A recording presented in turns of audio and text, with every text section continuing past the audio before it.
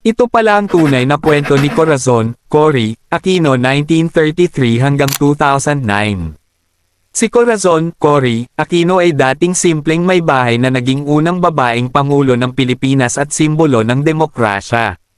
Maagang buhay at pag-aaral. Mayamang pamilya, ipinanganak siya bilang Maria Corazon Sumulong Cojuangco noong January 25, 1933 sa Paniqui, Tarlac.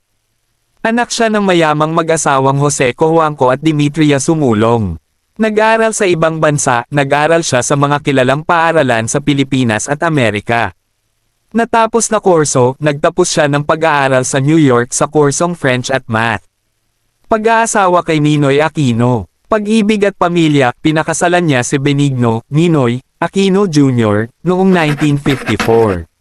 Simpleng may bahay, habang politiko si Ninoy, si Cory ay nanatiling tahimik na ina na nag-alaga sa kanilang 5 anak, kabilang sina Noynoy Aquino at Chris Aquino.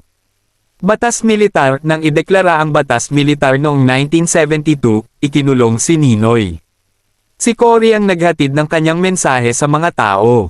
Trahedya at pagpasok sa pamumuno. Pagpaslang kay Ninoy, noong ika-21 ng Agosto taong 1983, napatay si Ninoy pagbalik niya sa Pilipinas. Piniling mamuno dahil sa galit ng taong bayan, hinikayat si Cory na tumakbo laban kay Ferdinand Marcos noong 1986. People power, dahil sa pandaraya sa halalan, nagkaisa ang mamamayan sa EDSA. Tumakas si Marcos at si Cory ang naging pangulo noong ika-25 ng Pebrero taong 1986. Pagkapangulo at pamana. Ibinangon ng demokrasya, pinakamahalagang nagawa niya ang 1987 konstitusyon para pigilan ang diktadure. Maraming pagsubok, hinarap niya ang mga kudeta, utang ng bansa, at sakuna tulad ng pagsabog ng bulkang Pinatubo.